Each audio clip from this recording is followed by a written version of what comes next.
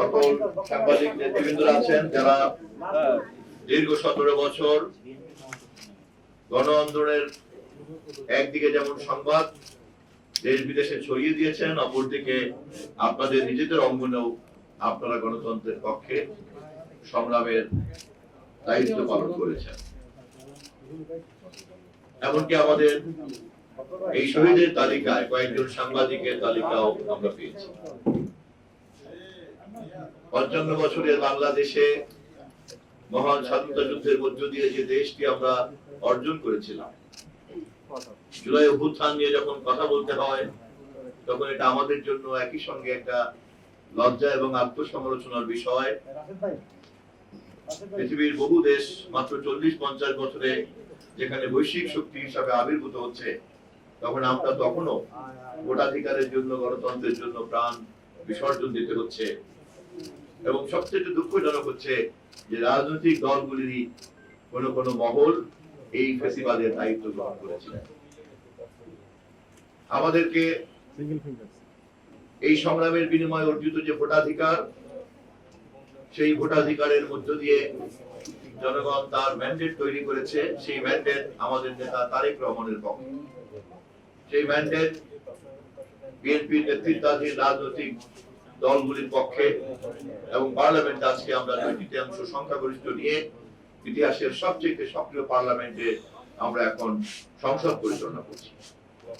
আমরা চাই এত রক্ত, এত প্রাণ, এত বিসর্জন, এত ত্যাগের পরে অর্জিত এই গণতন্ত্র, এই পার্লামেন্ট, এই নির্বাচন, এই সংস্কৃতি আমাদের সকল রাজনৈতিক কেন্দ্রবিন্দু হবে জাতীয় সংসদ।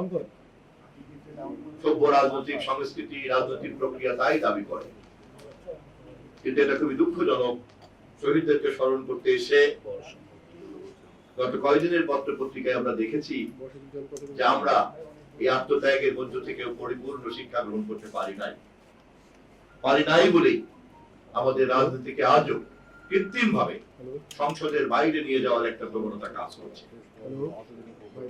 এত জীবন্ত একটা পার্লামেন্টকে রাজনীতির প্রধান কেন্দ্রে পরিণত করার জন্য গণতান্ত্রিক শক্তির যে রাজনৈতিক ঐক্য থাকা দরকার, তা যে আমরা এখনো সুসংহত করতে পারিনি, তার প্রমাণ পার্লামেন্টকে রাজনীতির কেন্দ্রে পরিণত করার ব্যাপারে আমরা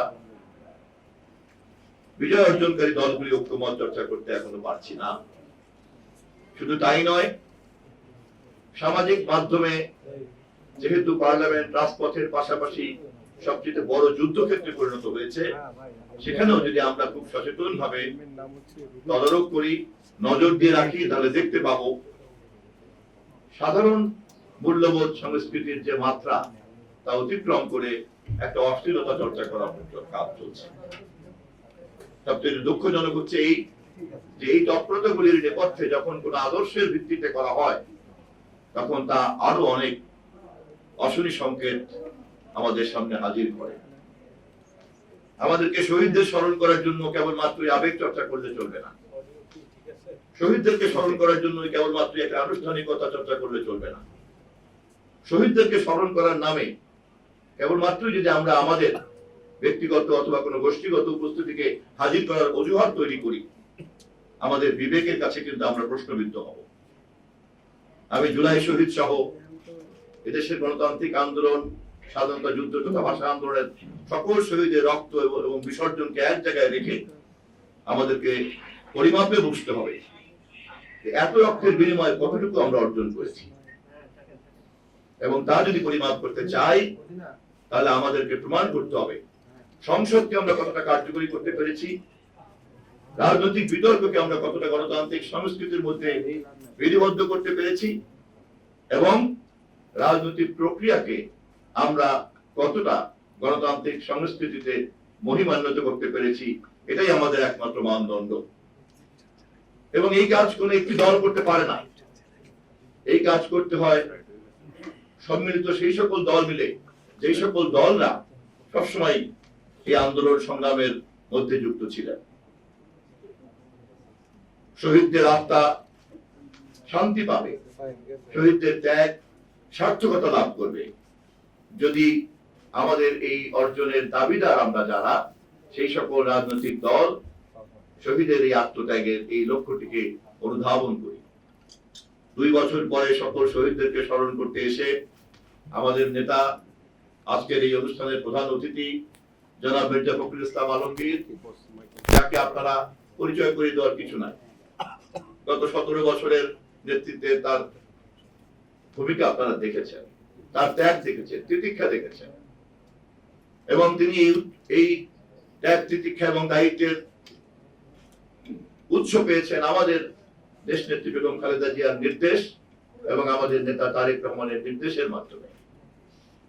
আজ আমাদের সামনে, আমাদের ঘাড়ে দায়িত্ব পড়েছে দেশ চালনা, আমাদের ঘাড়ে দায়িত্ব পড়েছে পার্লামেন্টকে সক্রিয় করা, আমাদের ঘাড়ে দায়িত্ব পড়েছে বিচার বিভাগকে একটা স্বকীয় মর্যাদায় রূপান্তরিত করা, আমাদের ঘাড়ে দায়িত্ব পড়েছে বাংলাদেশের সার্বভৌমত্বকে বাস্তবসম্মতভাবে সুসংহত করা, আমাদের ঘাড়ে দায়িত্ব পড়েছে বিশ্ব মঞ্চে বাংলাদেশকে অগ্রাধিকারের ভিত্তিতে দাঁড় করানো, আমাদের উপরে দায়িত্ব পড়েছে এত বিশাল জনগোষ্ঠীর ক্রমবর্ধমান শিক্ষিত বেকারদের জন্য কর্মসংস্থান সৃষ্টি করা।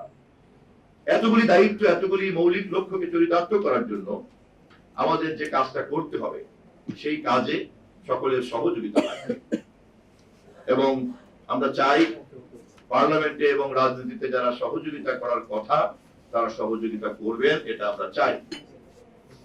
এবং আমাদের পক্ষ থেকে বারবার আমরা আহ্বান জানাতে চাই যে জুলাই সনদে আমরা স্বাক্ষর করেছি, সেই স্বাক্ষরের সঙ্গে শহীদের রক্ত মিশে আছে। জুলাই সনদের প্রত্যেকটি অক্ষরকে আমাদের সরকার বাস্তবায়ন করতে চায়। পার্লামেন্টে আমাদের সংসদ নেতা, আমাদের দলের মহাসচিব সহ সব নেতারা বারবার এই কথা আমরা বলেছি, এবং এই সকল কিছুই করতে হবে জনগণের নির্বাচিত পার্লামেন্টের মাধ্যমে। এর বাইরে এই লক্ষ্য অর্জন করার আর কোন সাংবিধানিক নিয়মতান্ত্রিক কোন মঞ্চ আমাদের কাছে নাই। আমরা ধীরে ধীরে সেই পথে এগিয়ে যাচ্ছি এবং এই কাজটি ঐক্যবদ্ধভাবে আমরা করতে চাচ্ছি, এবং এভাবেই আমরা দেশে একটা সুশাসনকে নিশ্চিত করতে চাই। ক্ষমতার বাইরে বসে ফ্যাসিবাদকে উৎখাত করার জন্য জীবন বাজি রেখে যেমন আমাদের নেতা দেশনায়ক তারেক রহমান, আমাদের মহাসচিব মির্জা ফখরুল ইসলাম আলমগীর সহ সকলে মিলে জীবন বাজি রেখে লড়াই করেছিলাম, তেমনি আজ ক্ষমতাসীন দলের নেতা, মন্ত্রী, প্রধানমন্ত্রী, সংসদ সদস্য এবং অন্যান্য দায় দায়িত্ব সকলে মিলেই আমরা আমাদের এই সুশাসনের দায়িত্বটাকেও নিশ্চিত করতে চাই। যদি আমরা তা করতে পারি তাহলেই কেবলমাত্র শহীদের আত্মত্যাগ সার্থক হবে, শহীদের মর্যাদাকে আমরা প্রতিষ্ঠিত করতে পারবো। এবং এই কাজ করার জন্য শেষ মুহূর্ত পর্যন্ত গণতান্ত্রিক সকল শক্তিকে আমরা ঐক্যবদ্ধ রাখার চেষ্টা করব।